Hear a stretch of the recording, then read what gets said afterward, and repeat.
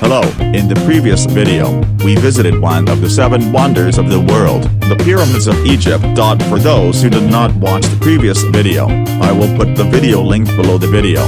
And we are still in Egypt, the terror of the Nile. Our tour today is in the Karnak temple. Karnak, or the Karnak temple complex, which is better known as the Karnak temple. It is a group of temples, buildings and columns, where expansion and construction continued since the Pharaonic era, specifically the kings of the Middle Kingdom until the Roman era in Luxor in Egypt on the eastern shore. The temple was built for the divine trinity, Amun-Ra in modern times, his wife, the goddess Med, and their son, the god Khonsu. Each of them has a temple belonging to the Karnak temple complex. Sometimes tourists and non-specialists mean only the Karnak temple, the temple belonging to Amun-Ra. With the arrival of the kings of the 11th dynasty to rule the entirety of Egypt, Karnak was indeed sacred land. It seems that a form of the worship of the god Amun took a piece of Karnak as its place before the unification of the country, which had a direct impact on increasing the power and wealth of Amun and gradually merging it with the sun god Ra. The White Chapel of Senusret-i and the Middle Kingdom Court are the oldest remains of buildings within the temple precinct. Senusret-i started construction in the period from 1971 BC to 1926 BC. Limestone was used in the construction. Then the era of the New Kingdom was the Golden Age of Karnak,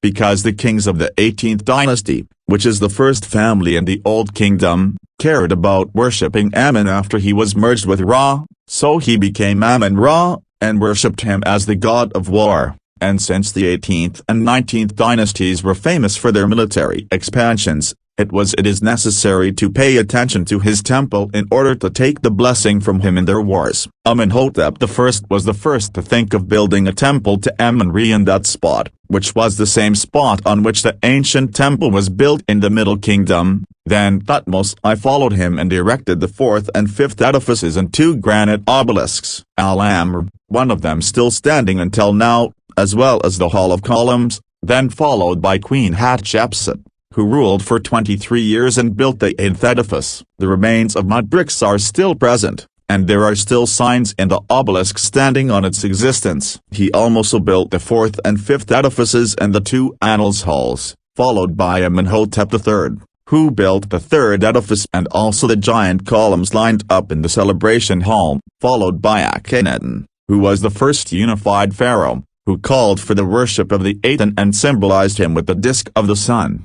And 9th and 10th, the temple covers an area of 200 acres, with a length of 1,500 meters and a width of 800 meters. The size of the area allocated to Amun alone is 61 acres, which is equivalent to the average area of 10 European cathedrals. While the Great Temple in the center of Karnak has a large area, to the extent that the cathedrals of St. Peter, Milan and Notre Dame can be placed within its walls and contain them all. It is worth noting that the sun perpendicular to the Holy of Holies of Karnak returns every year on the same day to announce the start of winter in ancient Egypt, and such events confirm the greatness of Egyptian history and the ability of Egyptians to create for thousands of years. And the sun lights up on this day the statue of the god Amun and his wife, the goddess Med, who embrace each other in a sitting position. Last but not least, I would be glad if you write to me from which country you are watching. Have you visited Egypt before or not?